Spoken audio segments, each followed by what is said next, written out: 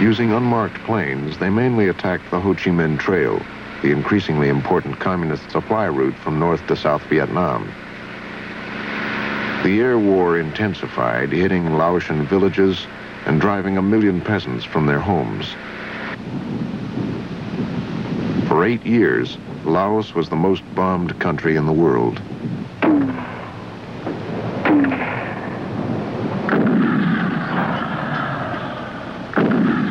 The Pathet Lao forces grew. Equipped with heavier weapons by the North Vietnamese, their guerrillas began to fight in battalion-sized units against their principal enemy, the Hmong. The Hmong army, suffering heavy casualties, recruited children.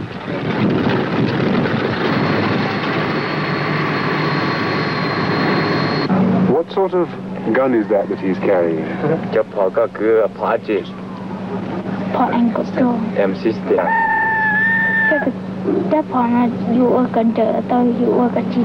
He said can do two things, automatically and semi-automatic. How old is he? 10 years. There were no American combat soldiers in Laos, only officials, aid workers, military advisors, and CIA agents. No troops. Yet American spending was 10 times bigger than the Laotian national budget. We've provided the logistics, the air support, transport, the communications, ammunition, weaponry, and so forth. While the North Vietnamese forces grew from 7 to 70,000. These tribal forces up in the country that were supported by CIA, not the Royal Lao Army, which stayed right down in the comfortable valley and almost never heard a shot fired in anger, but the forces supported by CIA held that increased force off for about 10 years. Now, I think that's a pretty good record.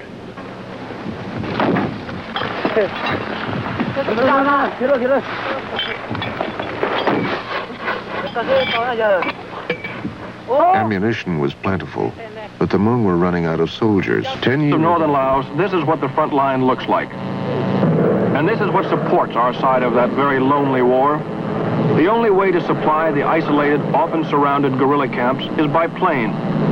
This is an Air America Caribou, bringing ammunition, medicine, food, refugees, and wounded into Sam Thong, a base camp only a few hours' march from the nearest North Vietnamese battalion.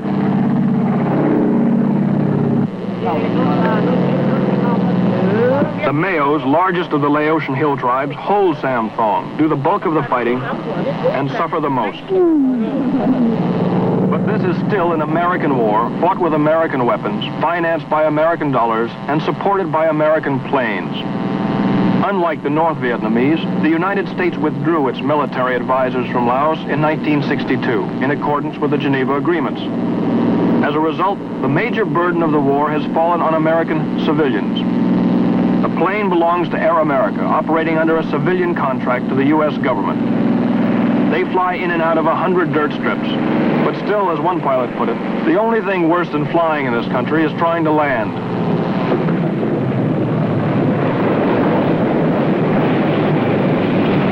Nobody will tell you just how much the war is costing America, but just to keep Air America and similar companies flying cost the United States a reported $10 million a year.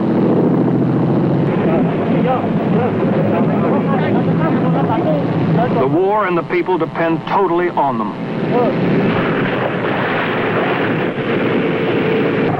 Air America refuses to comment on the number of aircraft losses in over 5 years of operation. But as a pilot said, on a clear day, which is damn seldom, you can see our planes lying all over these mountains. Here in northern Laos, the friendly Mayo guerrillas hold the mountaintops, but the surrounding valleys are controlled by the communists. Air America is their only link. If it can't be moved by plane, it doesn't move. They carry everything from fresh eggs to the seriously wounded. Next to the quagmire they call a runway at Sam Thong is a 130-bed hospital which the U.S. built and helps operate.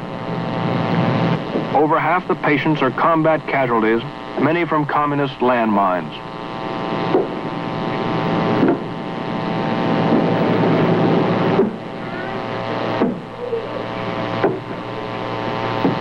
U.S. aid medical facilities treated over 13,000 combat casualties in Laos last year, and that, they say, is only a fraction of the total. Many casualties don't make it to the hospital. Nursing services are scarce, so this Mayo woman stays with her husband. He was wounded by a communist machine gun during a guerrilla raid. Supervising the hospital is a Laotian surgeon, one of the few in the country. He is assisted by an American U.S. aid surgeon, Dr. Robert Jackson. He tells us about his newest patient. He had his arm by his side, went through the arm and into the chest, hit the rib, and came back out. He was fortunate in that the bone was not hit. It was a through and through flesh wound. No broken bone here. Most of the sick and wounded at Sam Thong are flown in. Once there, they have a good chance, provided they get there in time. But the enemy, the weather, and a shortage of airplanes all too often makes this impossible, and so they die.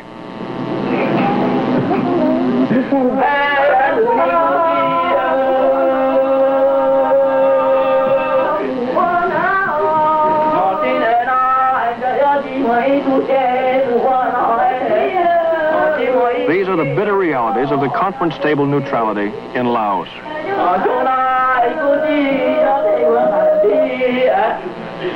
But the war goes on, advised and assisted by American civilians hopping from one mountaintop to another in light planes. And veteran of 5 years of this mountain war, he and 5 other Americans try and coordinate U.S. help to nearly 100,000 Mayo tribesmen fighting the communists in Laos. He is on his way to a guerrilla outpost deep in enemy territory. They fly near the lush plain of Jars, a communist stronghold. To avoid its anti-aircraft batteries, they duck through clouds and valleys at treetop level.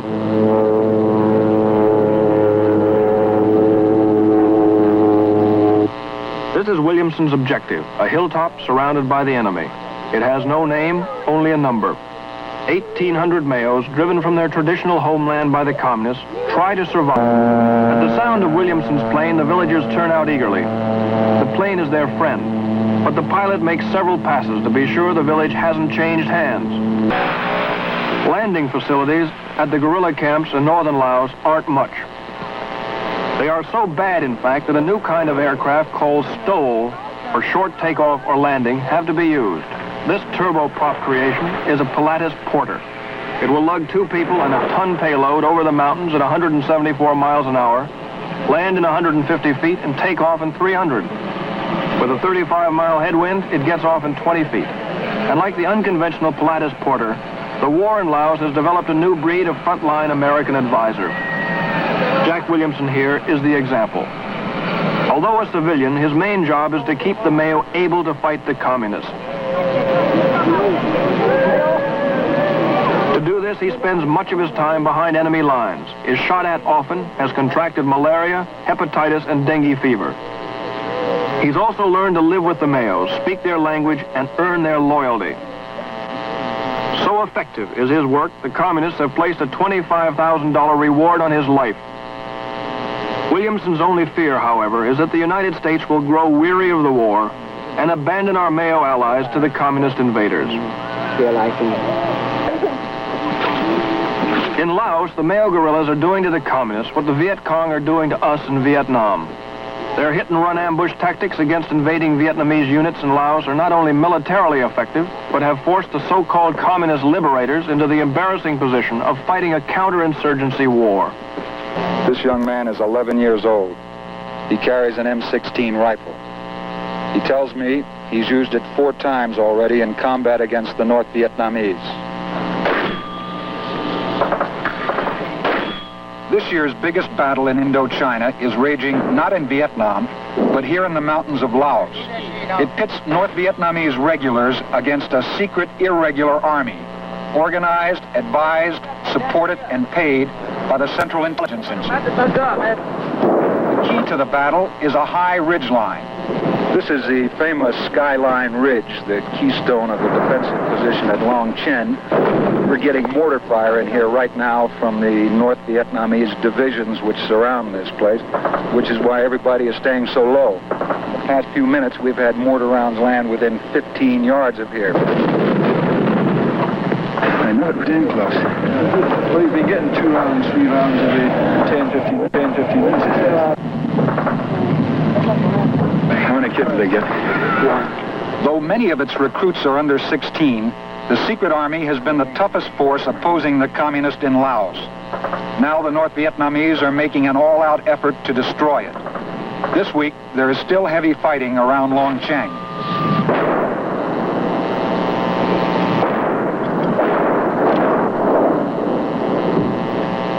The secret army now has men from various ethnic groups, but it began among the Meo hill tribes. The Meo, or Hmong as they call themselves, are a fiercely independent people who thrive in the rugged highlands. Despite 10 years of defeat and suffering, most have remained staunch allies of America. Today, with other hill tribes, they are still the backbone of the secret army and make it the closest thing to a people's army on the government side. They have paid dearly for their commitment. Their camps are built of the debris of war. They move.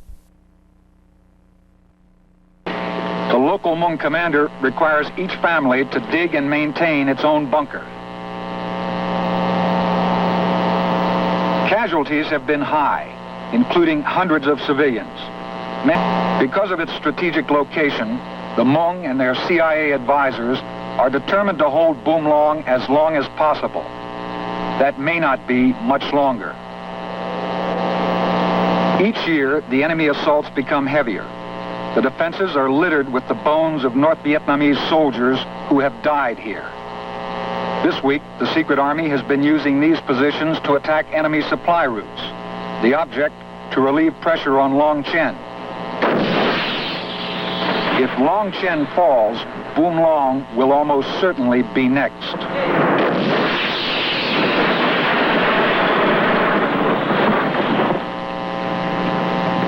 For years, this compound in the village of Long Chen was one of the most secret spots on Earth. This was headquarters for the CIA and the secret army in Laos. The man who commands most of the secret army is General Vang Pao. He is a Hmong tribesman who worked closely with the CIA in organizing the hill people. Today, along with his secret army role, he also commands all Lao forces in the most crucial military region. But Vang Pao's favorite spot is the front line. Some of his American CIA advisors complain that VP, as they call him, spends too much time in the foxholes and not enough time plotting grand strategy. But the fact is the soldiers, especially the Hmong soldiers, fight best when VP is around. And despite his advisors, Vang Pao is not about to change his style, even when his arrival attracts enemy mortar fire.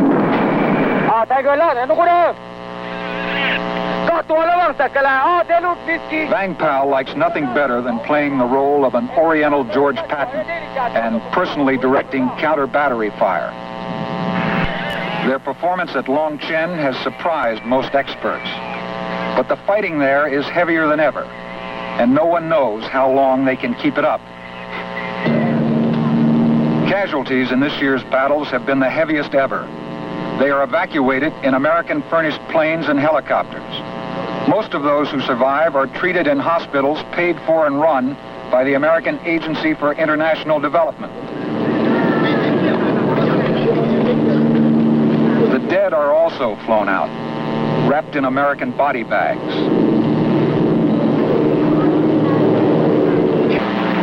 Vang Pao and his men received their money direct from the CIA, bypassing the corruption that plagues the Lao regular army. By Lao standards, they are very well paid. Critics have suggested that the rice and money from America are the secret army's main motivation.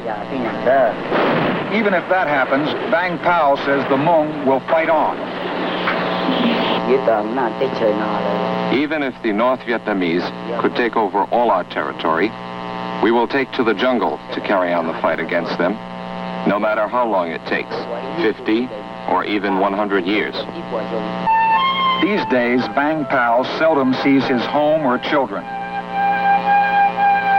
He has been through crises before, But this year, the military situation is worse than ever. He's troubled for the future of his children and his people. But he says he's confident that America will never simply abandon the hill people. The pilots on this bombing mission over northern Laos were male. There are 30 male pilots flying T-28 bombers over a territory which was once their homeland.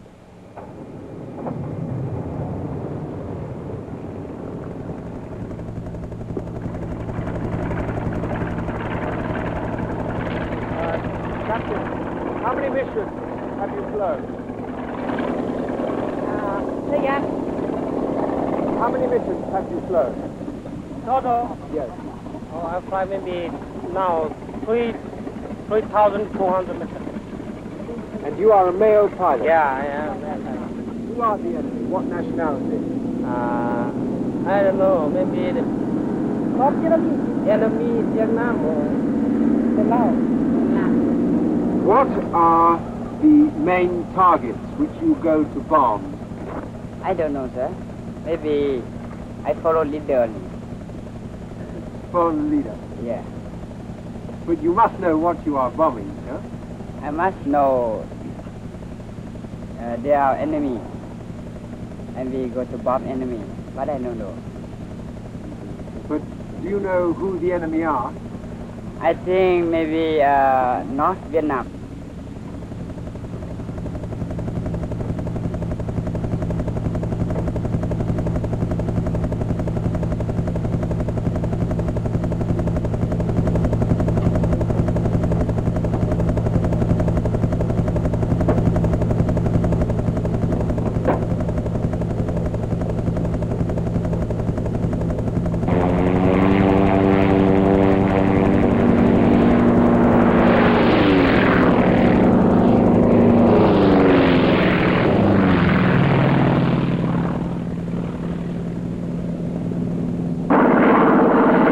In the back seat of a strike plane. NBC News cameraman Charles Feckety flew in the American piloted back plane, which was pinpointing the target for the strikes.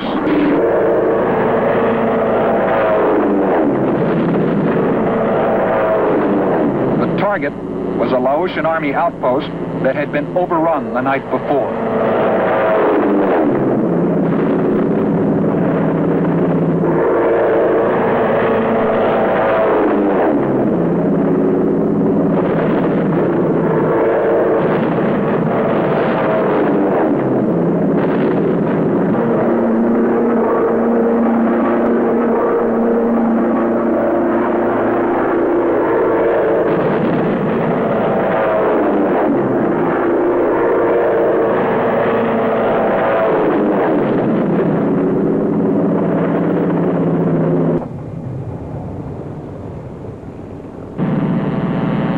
Mostly captains and lieutenants in their early 20s. They're proud of their work. This one, George Towsley, graduated from the Air Force Academy in 1969. Before that, he was an Eagle Scout. How long do you normally stay out on one of these missions? Well, we can go for about 3 hours with the fuel we have, and we can stretch it to 3.5 mission. 4 hours about very most this airplane can go, and that leaves us no reserve, so not 3.5. Will you be relieved by somebody else then, or? No, I'm taking off now, and I'll go to about 5 o'clock, and then I start going back home, and that'll be it for the day. We just fly in the daytime. Good luck. Thank you, sir.